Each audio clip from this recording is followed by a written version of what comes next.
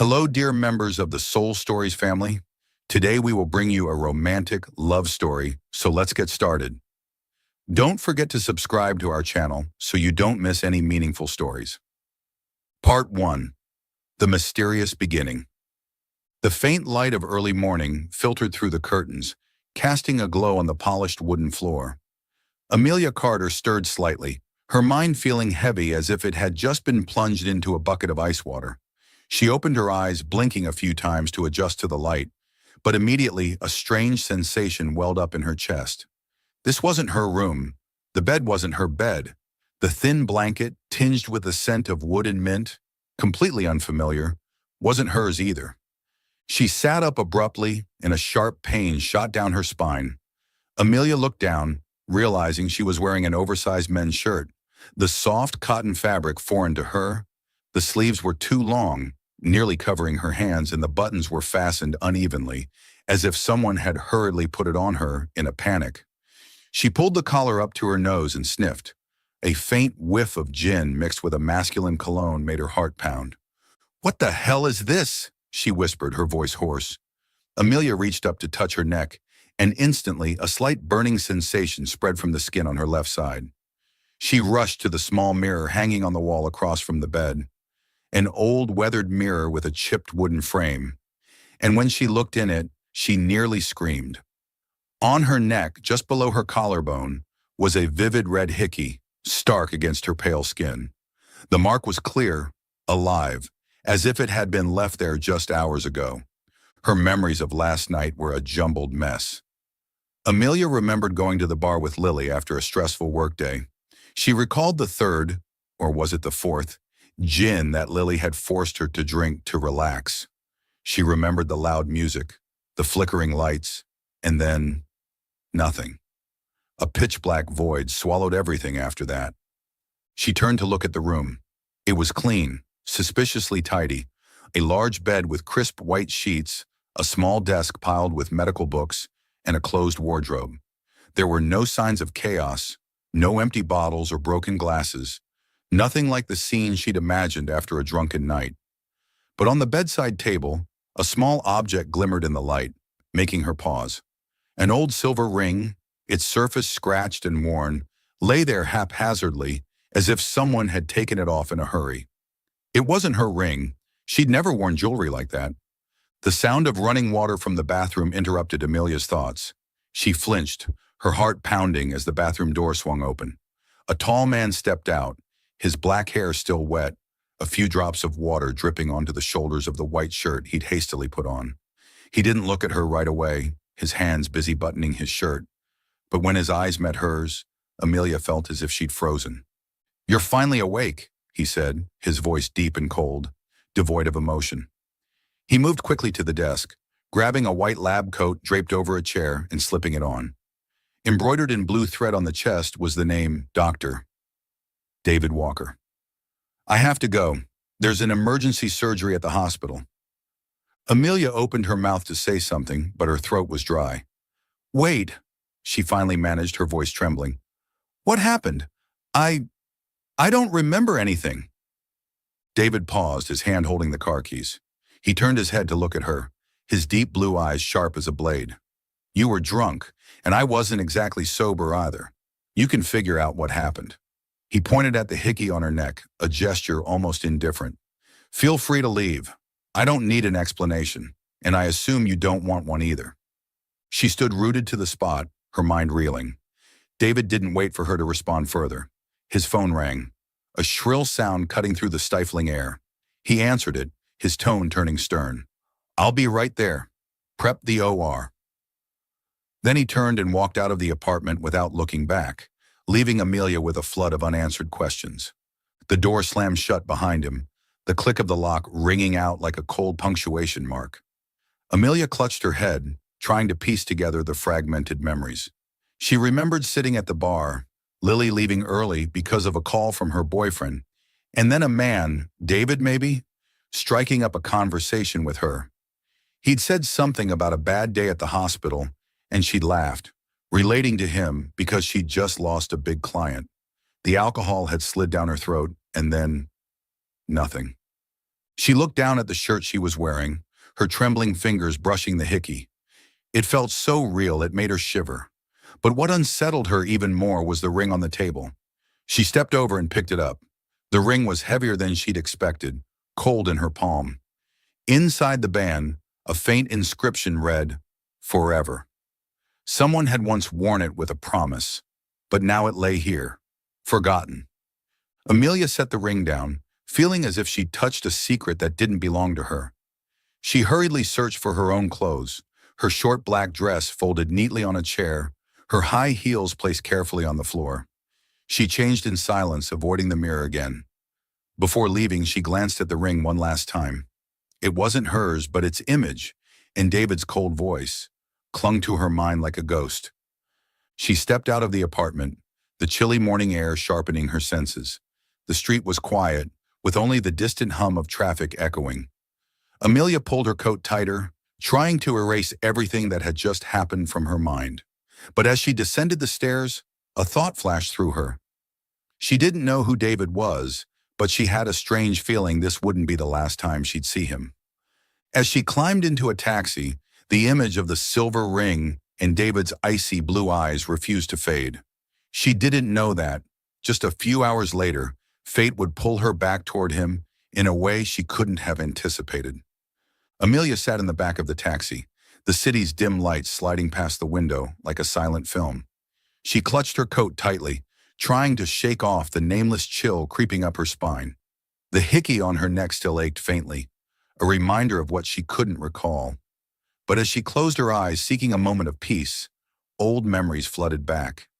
Not from last night, but from a day 2 years ago, the day she'd sworn never to open her heart again. It was the evening of her 3rd wedding anniversary with Daniel, her ex-husband. Amelia had spent the whole day preparing, a home-cooked dinner with the steak he liked, a small, pretty cream cake with "Forever" written in chocolate frosting, and a vibrant red dress she knew would make Daniel smile. She'd imagined him walking through the door, his eyes lighting up when he saw her, and them dancing a slow dance in the living room, like they had on their first date. But Daniel didn't come home on time. She waited until 9 p.m., calling him 3 times with no answer. Finally, as the candles on the table burned low, her phone lit up with a text from Lily. "I just saw Daniel at the cafe on 5th Street with another girl. Don't wait up." Amelia scoffed, thinking Lily was joking, but doubt gnawed at her, and she rushed out of the house, still in her red dress, not even stopping to change out of her heels. When she reached the cafe, Daniel was there, hand in hand with a young woman, blonde hair, red lips, a tight short dress. They laughed and flirted, so intimate that Amelia felt like an invisible intruder. She stood outside the glass window, watching Daniel lean down to kiss her, and her heart shattered into tiny pieces. She didn't go in, didn't confront or cry. She just turned around, walking away in the light rain, her red dress clinging wetly to her body like a wound. The next day, Amelia faced Daniel. He didn't deny it, just shrugged and said, "I'm tired of this life. You're too perfect, and I'm not." She didn't scream or smash anything.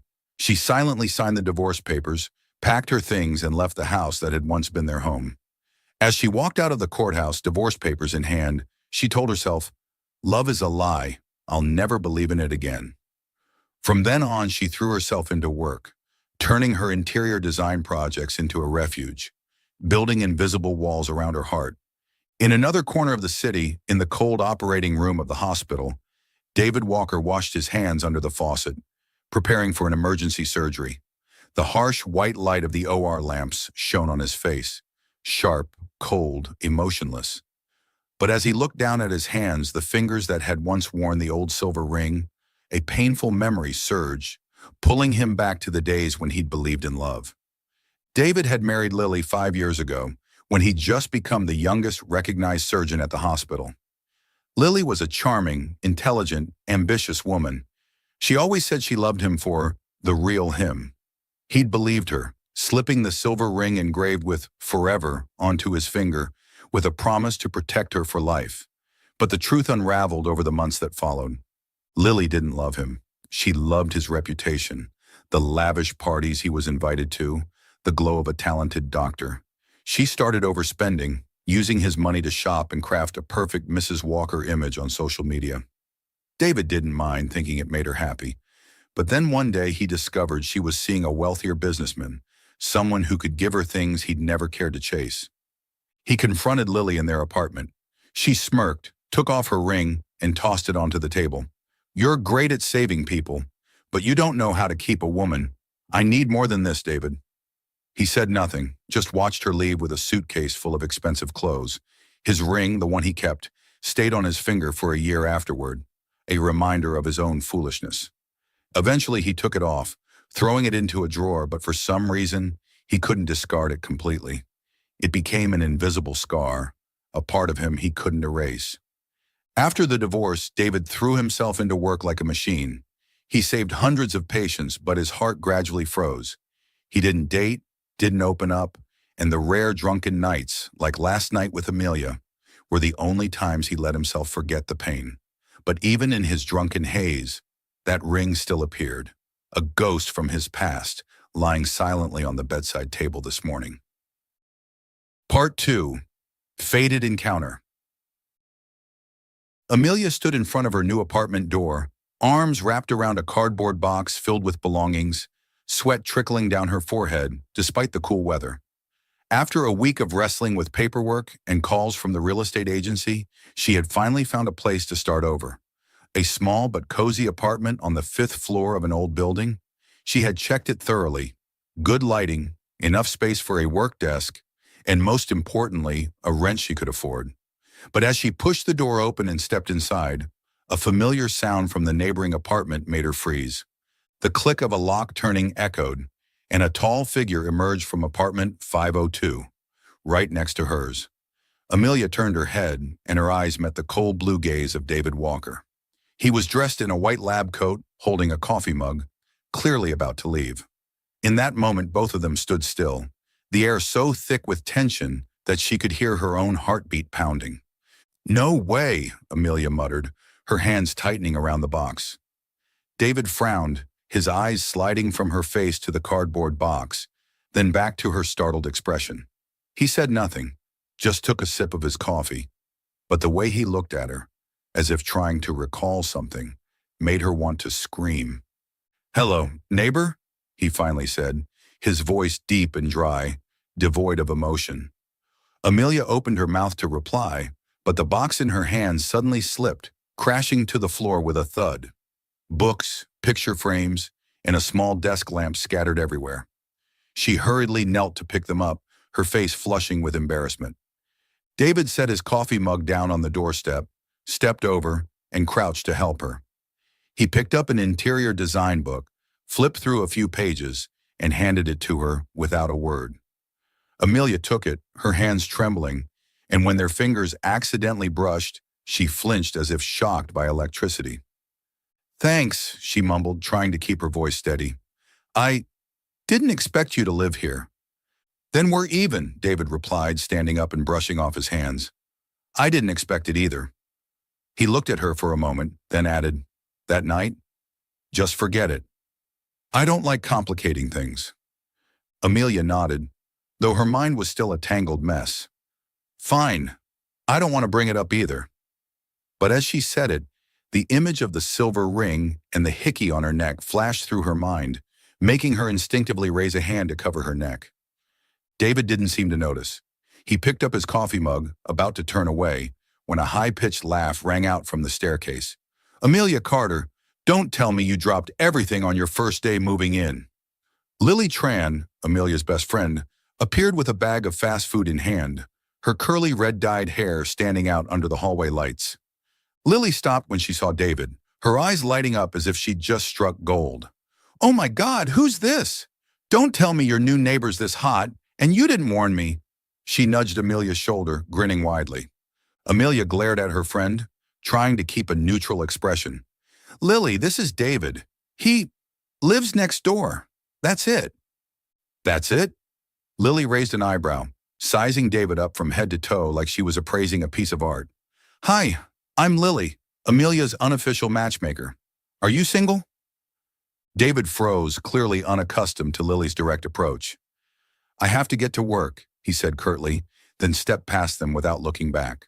But Amelia noticed the corner of his mouth twitch upward, a fleeting smile she wasn't sure she'd imagined. When David disappeared around the corner of the stairs, Lily turned to Amelia, her eyes sparkling. Handsome, cold, and mysterious. You hit the jackpot. Don't tell me you didn't know him before this. I did, sort of, Amelia sighed, pulling Lily inside. But not the way you think. She shut the door, trying to stop Lily from digging further into the night she still wasn't ready to face. 2 days later, Amelia stood in the kitchen of her new apartment, phone in hand, calling a plumber for the third time with no answer. A small puddle was spreading from under the sink, and she'd run out of options after trying to block it with a towel. Great, she muttered, staring at the stack of drawings on the table now smudged by water. Just then, a knock sounded at the door. She opened it, and David stood there holding a small toolbox. He wore a simple black t-shirt, no longer exuding the stern air of a doctor, though his blue eyes remained as cold as ever. I heard water running from over here, he said, stepping inside without waiting for an invitation. Let me take a look. Amelia stood there stunned, but quickly followed him. You know how to fix plumbing? Enough to not need a plumber, he replied, kneeling to inspect the sink. Within 10 minutes, he dismantled the pipe, replaced a broken gasket, and wiped the floor clean. When he stood up, his hands were wet, but he brushed them off like it was no big deal. Thanks, Amelia said, this time sincerely. I owe you again. David shrugged. Consider it repayment for that night. He turned to leave, but Amelia spoke up impulsively. Let me treat you to dinner. I just finished cooking, if you're not busy. He looked at her, a flicker of surprise in his eyes, then nodded. All right. Dinner passed in awkward silence. Amelia had made spaghetti with tomato sauce, and David ate slowly, offering no comments. But when she asked, How's your work going? He unexpectedly opened up about a recent surgery. A child injured in a car accident, whose heart stopped on the operating table, and whom he'd saved after 3 tense hours. When I stitched the final incision, the boy's mother was crying right outside the door, he said, his voice low but his eyes softening. That was the first time I felt I wasn't useless. Amelia fell silent, watching him. Beneath his cold exterior, she saw a completely different person, not the man who'd left her in a strange apartment, but someone carrying his own pain. You're not useless, she said, almost a whisper. No one who could do that is useless. David looked at her, his gaze lingering longer than usual, but he didn't reply. They returned to silence, though the air now felt a little warmer. A few days later, a heavy rain poured down. Amelia was sitting by the window, sketching designs, when David knocked again. He was drenched, his t-shirt clinging to his body, but he only said, I forgot an umbrella. Can I sit here for a bit? She nodded, handing him a towel. While waiting for the rain to stop, David elaborated on the child's surgery, this time with more detail, about how his hands trembled as he held the scalpel, and how he'd told himself he had to save the boy at all costs. Amelia listened, and for the first time, she felt curious about this man, not just about the night they met, but about what he hid behind his cold facade. When the rain ceased, David stood up. Thanks for tonight, he said, and for the first time he smiled. A small smile, but enough to leave Amelia dazed. She closed the door behind him, wondering if the distance between them was truly shrinking. Part 3. Emotions and Conflict. Amelia trudged down the hallway, clutching her thin coat tightly, her mind spinning as if caught in a whirlwind. She had just finished a long meeting with a client, a wealthy couple with unreasonable demands, constantly changing ideas for the interior design project she'd spent weeks perfecting. It had been raining since morning, and she'd forgotten an umbrella, leaving her soaked on the way home. As she stepped out of the elevator, her body began to tremble, not from the cold, but from a simmering fever spreading from her head to her chest. She tried to steady her hand to insert the key into the lock, but her vision blurred, and the keychain clattered to the floor with a dry jingle. Amelia knelt to pick it up, but her head felt heavy, and before she realized it, she collapsed right in front of her door. The sound of rain outside the window mingled with the thumping of her heartbeat in her ears, and then everything faded into darkness. David stepped out of his apartment, holding a trash bag he intended to take downstairs. He had just finished a 10-hour surgery, saving a patient with a brain hemorrhage. And now all he wanted was a deep sleep. But as he turned his head, the small, motionless figure of Amelia lying in front of the neighboring apartment door made him freeze. The trash bag slipped from his hand, rolling across the floor. "Amelia?" he called, his voice hoarse from exhaustion. She didn't respond. David knelt beside her, placing a hand on her forehead, and immediately felt the abnormal heat radiating from her skin. "Damn it," he muttered, slipping his arms under her shoulders and knees, lifting her without hesitation. Her apartment door was still locked, but the keys lay right there. David picked them up, unlocked the door, and carried her inside. Her place was still a mess. Drawings scattered on the table, a small sofa draped with a blanket, and the faint smell of fresh wood from an unfinished bookshelf. He laid her on the sofa, rushed to the kitchen for a wet towel, and returned to wipe her forehead. Amelia moaned softly, her eyelids fluttering, but she didn't wake. David checked her pulse, counting her heartbeats, fast but not dangerous. "High fever," he said to himself, his voice steady like a doctor's. He stood searching her apartment for a medicine cabinet, but found only a few expired aspirin. He sighed, pulled out his phone, and called a colleague at the hospital, requesting fever medication be brought over immediately. While waiting, David sat beside her, placing the wet towel on her forehead and replacing it whenever it warmed up. The dim light from the desk lamp illuminated her face, pale skin, cracked lips, and wet strands of hair clinging to her cheeks. He looked at her, and a strange feeling welled up in his chest. Not his usual coldness, but a worry he couldn't explain. "Don't make me worry like this," he whispered almost unconsciously, his hand brushing her hair to move it off her face. He flinched when he realized what he'd said, quickly pulling his hand back and turning away, trying to focus on monitoring her breathing. Amelia woke when it was late, the steady sound of rain outside the window like a mournful tune. Her body felt lighter, though her head still throbbed faintly. A thin blanket covered her, and on the table beside her sat a glass of water and some pills. She blinked, trying to recall what had happened, when a deep voice sounded from the corner of the room. "You're awake." David sat in a chair across from her, holding one of her design books, but his eyes never left her. He stood, stepping over to check her forehead again. "Your fever's gone down. You should rest more." Amelia looked at him, her mind still foggy. "You brought me in here?" she asked, her voice weak. "There was no other choice," David replied, shrugging as if it were obvious. "You passed out right at the door. I couldn't leave you there all night." She fell silent, her gaze drifting to his hands. Long, slender fingers, still stained with ink. Probably from hospital work. She remembered their first night, his cold voice telling her to leave. But now, here he was, tending to her all night without a single complaint. A warmth crept into her heart, but it was quickly snuffed out by a familiar fear. "Thanks," she said, her voice small but firm. "You didn't have to do that. I'm fine now." David frowned, seemingly noticing the shift in her tone. "I didn't do it for thanks," he replied, returning to the chair and picking up the book as if to end the conversation. But Amelia couldn't stop. She sat up, though her body was still weak, and looked straight at him. "Why are you here, David? We said we'd forget that night. You don't have to care about me like this." He set the book down, his eyes turning cold again. "You think I want to?" he asked, his voice low but sharp. "I don't like watching someone collapse in front of me and doing nothing. That's all." Amelia gave a wry laugh, though there was no joy in it.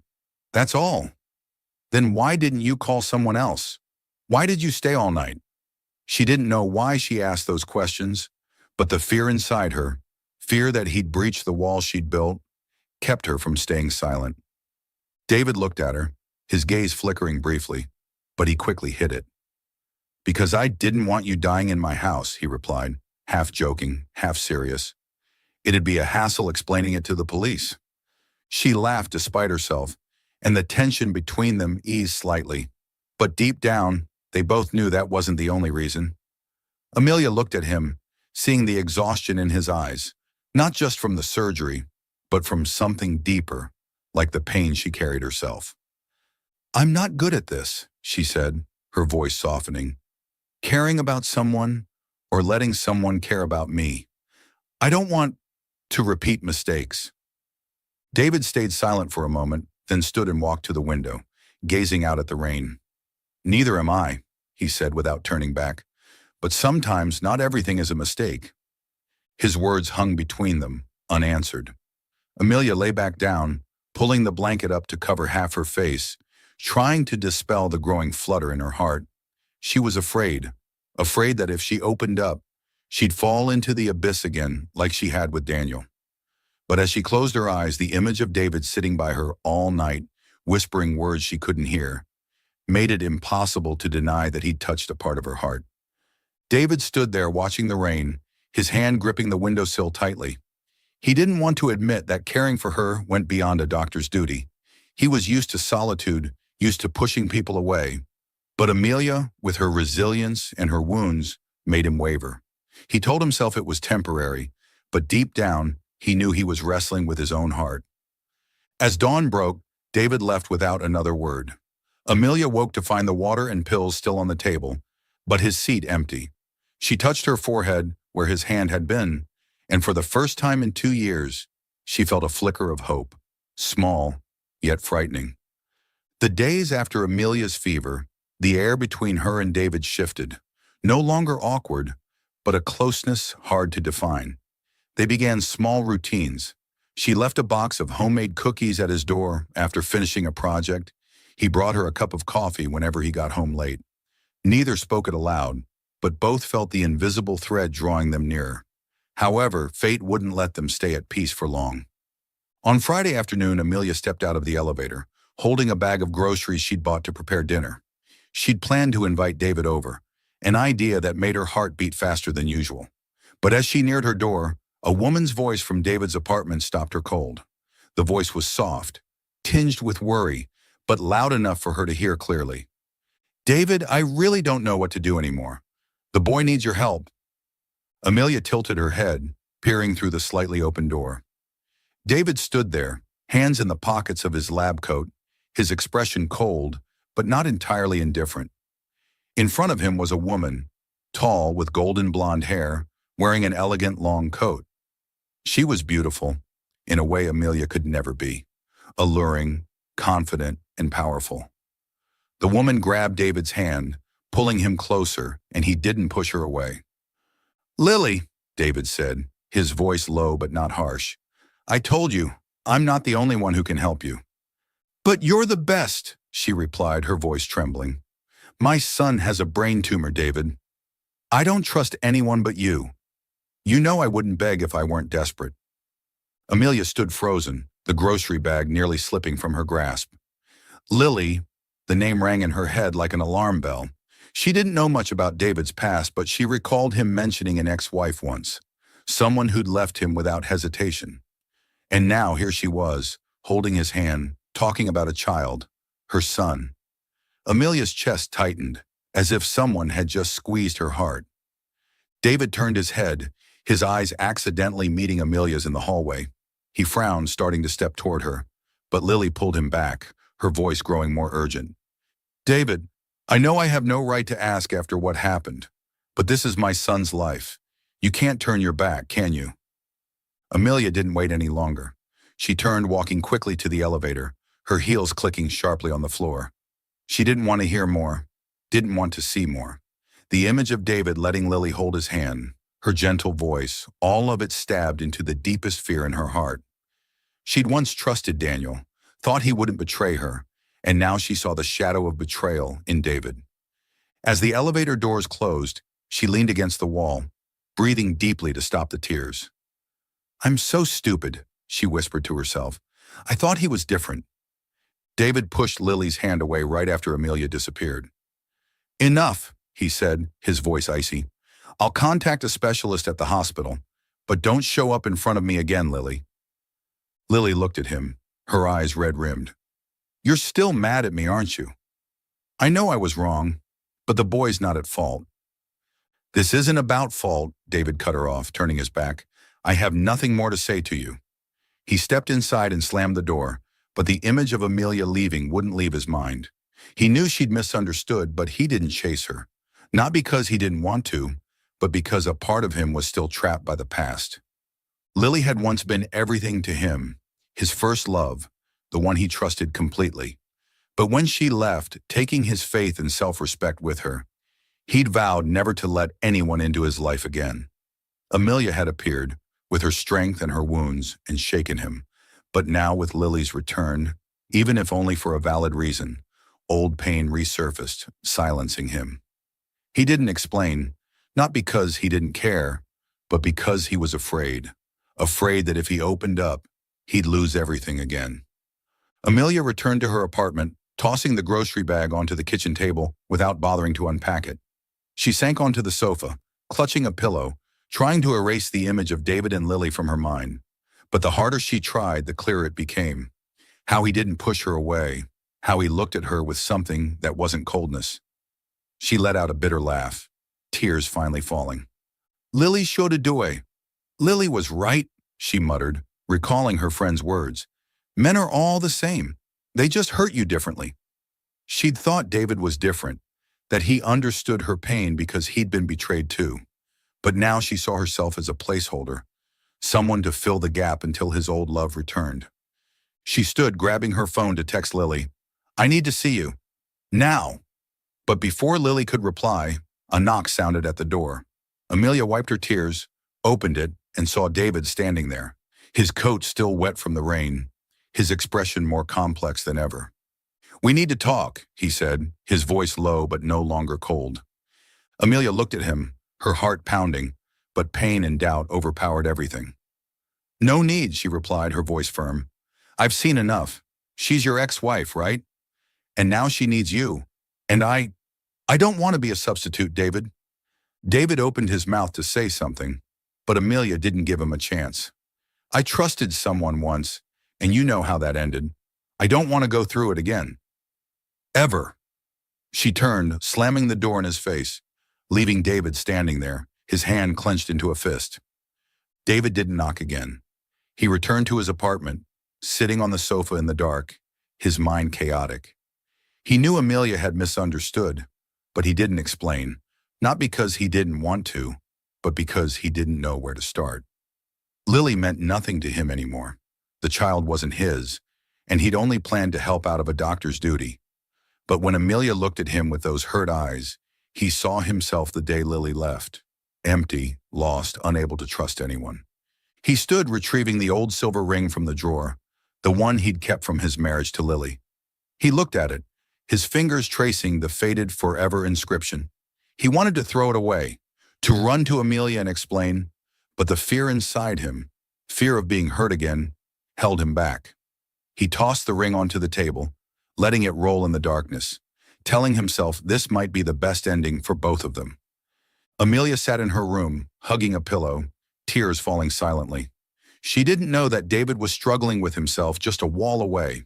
The misunderstanding had torn them apart, and the pain of their past became a barrier neither dared to cross. Part 4. Confrontation and Reconciliation. In the days following the tense confrontation with David, Amelia vanished from the shared hallway of their apartments. She left home earlier than usual, returned later, and always wore earphones to avoid any chance of running into him. Her apartment became a fortress, doors locked tight, curtains drawn, with only the sound of her pencil gliding across drawing paper, breaking the silence. She threw herself into work like a machine, taking on new projects, staying up until dawn to finish designs she'd once put off. But no matter how hard she tried, the image of David standing at her door, his complex gaze and unfinished words, wouldn't leave her mind. Lily noticed the change immediately. One evening, she showed up at Amelia's door unannounced, carrying a bag of chips and 2 bottles of cheap wine. "Open the door now, I know you're in there." Lily banged on the door loudly, her booming voice echoing through the hallway. Amelia sighed, reluctantly opening it, and as soon as Lily saw her, she frowned. "My God, look at you," Lily said, stepping inside without invitation. "Dark circles under your eyes, hair like a bird's nest. Are you trying to turn into a vampire?" She tossed the chips onto the table, opened a wine bottle, and filled 2 plastic cups she'd brought along. "Spill it. What happened with the hot doctor guy?" Amelia took the cup, sipping a small amount, but didn't answer right away. She sat on the sofa, hugging a pillow, her gaze distant. "There's nothing to say," she finally spoke, her voice flat as if hiding her emotions. "I saw him with his ex-wife. She needed his help, and I don't want to get tangled up in trouble." Lily raised an eyebrow, set her cup down, and looked straight at Amelia. "So you just ran away? No questions, no explanations, just slammed the door shut?" She sighed, shaking her head. "Amelia, I know you're scared of getting hurt after what happened with Daniel, but don't you see? You're weaving your own sadness. He's not like Daniel. At least he hasn't cheated on you behind your back." "Not yet, but he will," Amelia interrupted, her voice sharper than she intended. "I saw how she held his hand, Lily. He didn't push her away. If he didn't still have feelings, why would he let her do that?" Lily stayed quiet for a moment, then placed a hand on Amelia's shoulder. "You can't know for sure unless you ask. But if you keep hiding like this, you'll never find out the truth. And I'd bet you miss him, don't you?" Amelia turned her face away, not answering, but her hand gripping the cup tightly said it all. She missed the evenings David brought her coffee, the way he silently listened to her talk about her drawings, even the night he cared for her when she had a fever. But her fear was greater, fear that she was just a passerby in his life, a substitute until Lily returned. "Fine," Lily said, standing up and patting her shoulder. "I won't push you, but stop torturing yourself, okay? If you don't want to face him, at least live for yourself." She left, leaving Amelia with her wine and a jumble of chaotic thoughts. At the same time, in the apartment next door, David sat alone in his dark living room, the only light coming from an old desk lamp. In front of him was the silver ring, the one he'd taken from the drawer after his encounter with Lily. He picked it up, rolling it between his fingers, the metal glinting under the lamp like a reminder of what he'd once lost. Lily had called him again that morning, her voice more desperate than ever. "David, I met the doctor you recommended. He said the surgery's too complex, that only you can do it. Please, I'm begging you." But this time David didn't waver. He'd heard enough of her pleas, the same ones that had once softened him, dragging him into a spiral of betrayal and pain.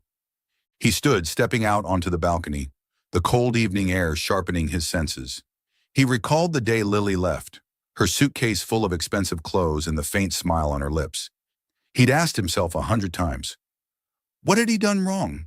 But now, looking back, he realized it wasn't his fault. It was that he'd chosen to trust someone unworthy. And then he thought of Amelia. She wasn't like Lily, no demands, no pretense. She carried her own pain, but she didn't use it to manipulate him. He remembered her eyes when she slammed the door in his face. Her words, "I don't want to be a substitute," cutting into him like a knife. He knew she'd misunderstood, but he hadn't explained. Not because he didn't care, but because he feared that admitting his feelings would trap him in another cycle of hurt.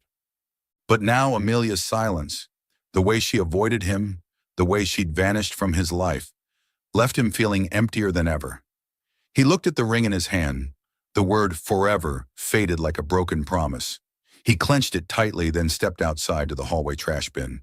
With a decisive motion, he threw the ring in, the metallic clang against the bottom ringing out sharply.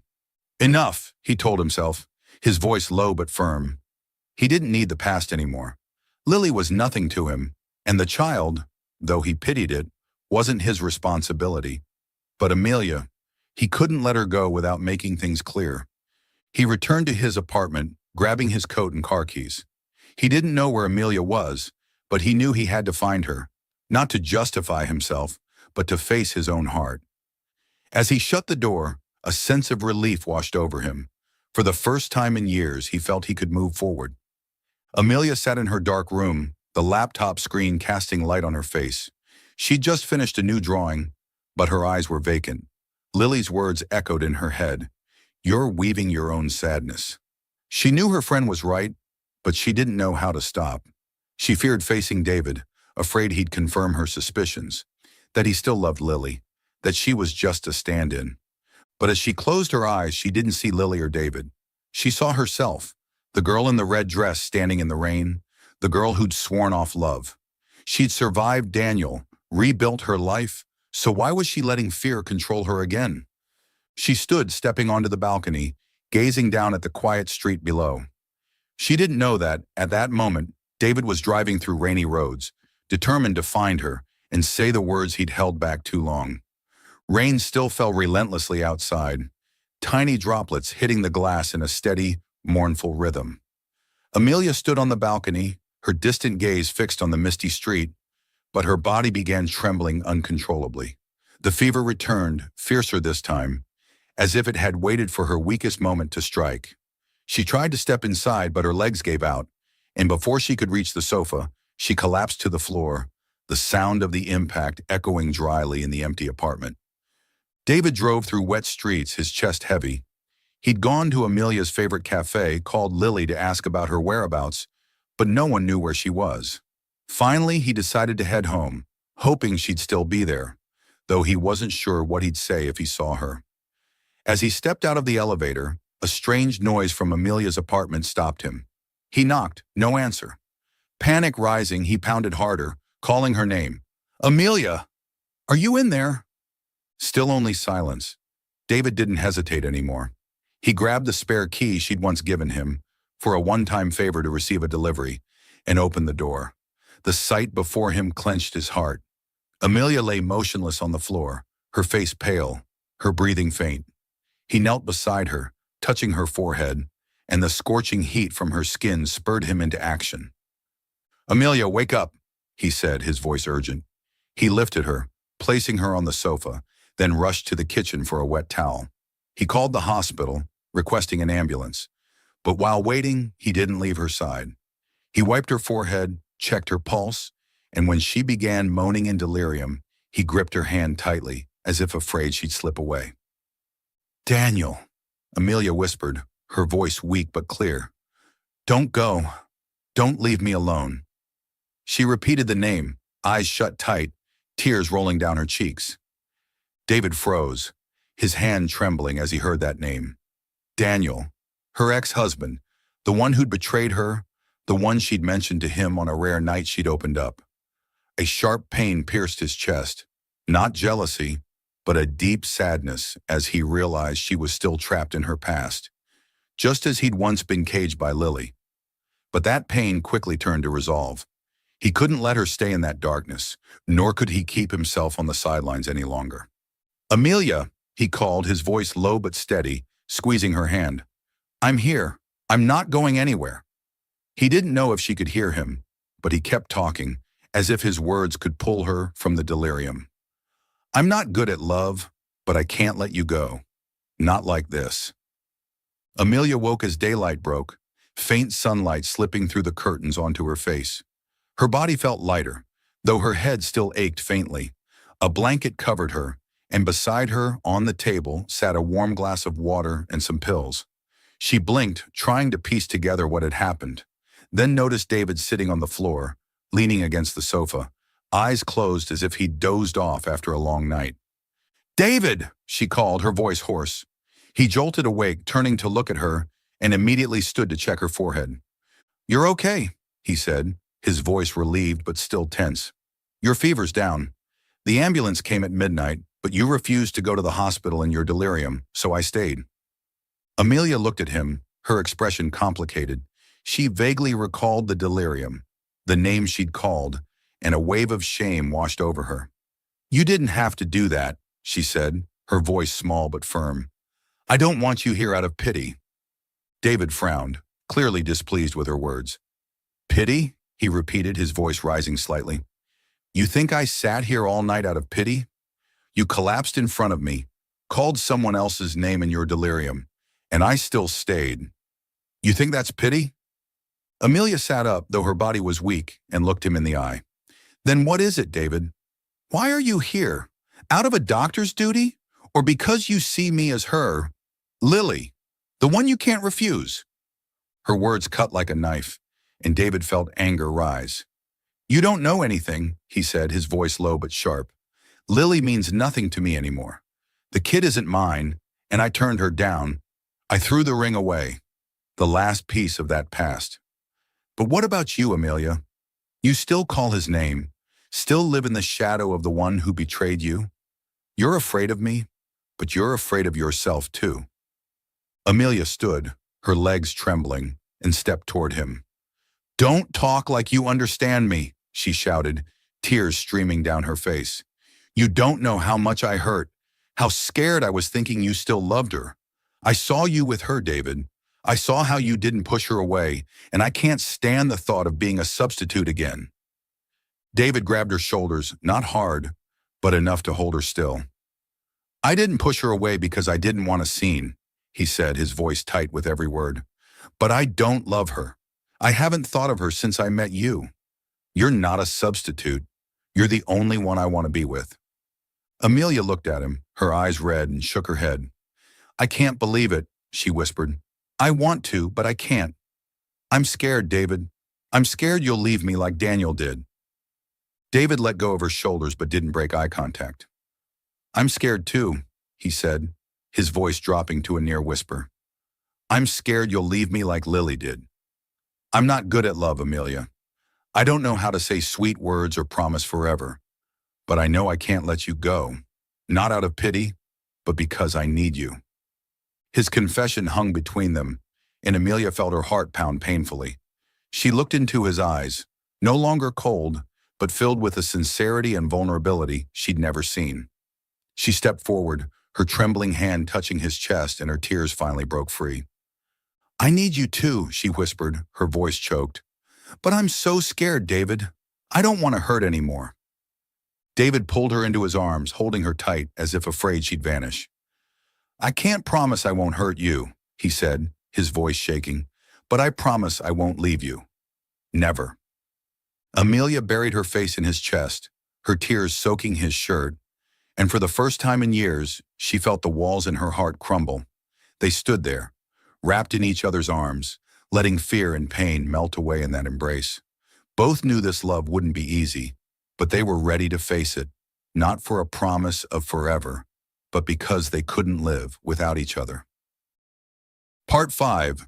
A Fulfilled Happiness. 3 months had passed since the night Amelia and David held each other in tears, confessing their love amidst their fears. They didn't rush. There were no grand promises or elaborate plans. Instead, they built their relationship day by day, through small moments, quiet dinners in Amelia's apartment, mornings when David brought coffee before heading to work, and times they sat together, silent but no longer lonely.